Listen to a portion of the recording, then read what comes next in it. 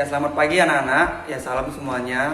Sini saya Pak Patar Lumban Gaul akan membawakan devosi untuk ya kalian semua yang ada di rumah online gitu ya. Jadi sebelum mulai devosi kita akan berdoa dulu. Mari kita berdoa. Bapak kami surga, terima kasih Tuhan Yesus buat hari ini. Terima kasih buat segala sesuatu yang Tuhan telah berikan yang kami bisa devosi. Tuhan kiranya berkati hamba-Mu, berkati anak-anak-Mu yang mendengarkan, yang kami dapat menjadi pendengar dan menjadi pelaku firman-Mu. Terima kasih, dalam nama Tuhan Yesus kami berdoa dan bersyukur. Amin. Ya, jadi kesempatan kali ini Pak Patar ingin menyampaikan bahwa topiknya mengenai ini, bagaimana kita sudah mempergunakan waktu kita dengan sebaik mungkin gitu ya.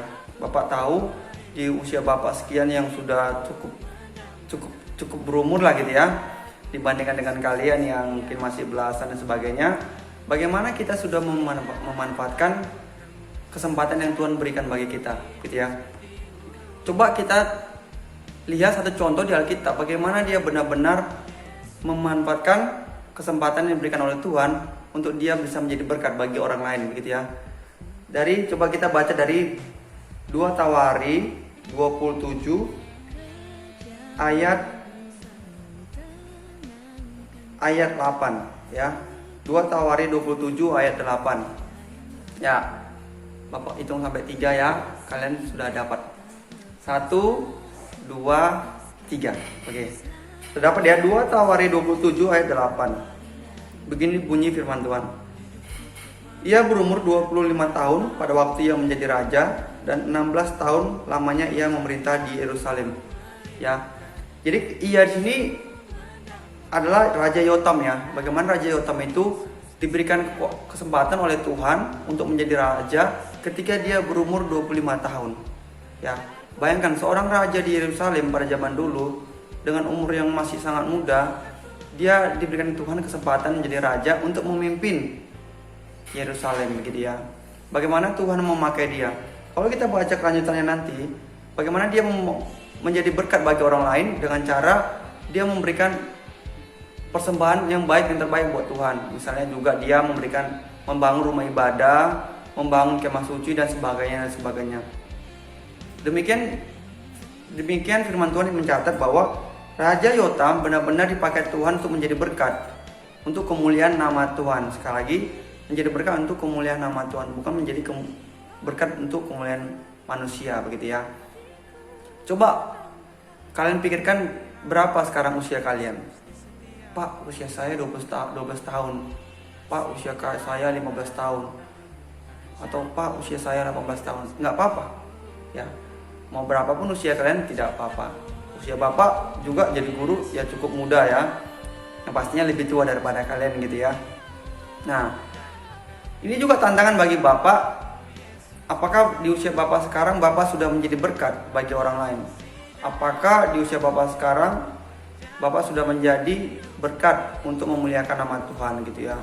Ini coba kita akan sangat pautkan gitu ya. Bapak ini tahun kedua jadi guru di SLA Gunung Agung ya.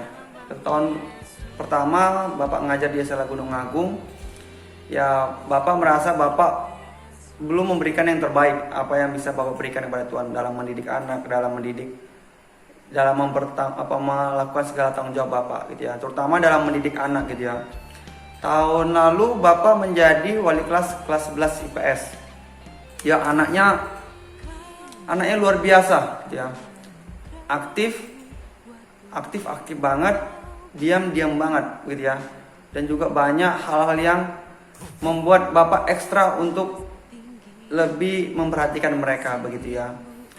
Nah, itu tahun pertama Bapak masih banyak merasa bergumul mengenai mereka gitu ya. Bagaimana juga mereka ada beberapa yang mungkin agak sulit untuk melakukan tanggung jawabnya gitu ya. Jadi Bapak harus nge-push mereka, harus mendorong mereka untuk lebih bertanggung jawab.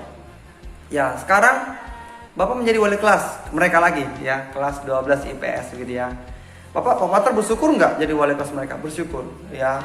Walaupun dikatakan susah banget mengurus mereka dan sebagainya, tapi Bapak tetap bersyukur ya. Kenapa? Karena dalam mendidik mereka juga Bapak dilatih untuk menjadi seorang guru yang baik ya. Bagaimana harus memperhatikan mereka, harus mengajari mereka dan sebagainya. Apakah hanya mereka saja? Enggak, anak-anak yang lain juga seperti itu ya. Dalam Bapak mendidik mereka tentu ada pergumulan di sana sini, baik yang kecil maupun yang besar. Tetapi dalam hal itu Bapak bersyukur semuanya bisa berjalan dengan baik, begitu ya.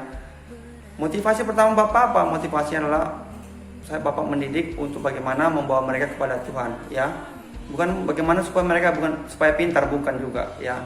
Karena ketika mereka mendekat kepada Tuhan, membawa mereka kepada Tuhan, otomatis nanti mereka akan mengerti apa yang menjadi tanggung jawabnya untuk belajar, apa menjadi tanggung jawabnya di rumah, apa menjadi tanggung jawabnya untuk sesama, sehingga semuanya dapat menjadi berkat bagi Tuhan, begitu ya. Jadi di usia kalian berapapun itu, baik dari kelas 1 SMP ataupun sampai kelas 3 SMA, pastikan kalian sudah menjadi berkat nanti. Nggak tahu besok apakah Tuhan memanggil Bapak, memanggil kamu, memanggil kita semua. Ketika Tuhan memanggil kita semua, apakah ketika Tuhan bertanya, misalnya, Pak Patar, apakah kamu sudah melakukan tanggung jawabmu dengan baik di bumi? Nah misalnya, atau ada namanya misalnya siapa yang namanya? Misalnya namanya Flora gitu ya. Flora itu kelas 7B kalau nggak salah. Flora, apakah kamu sudah melakukan tanggung jawabmu ketika kamu di bumi?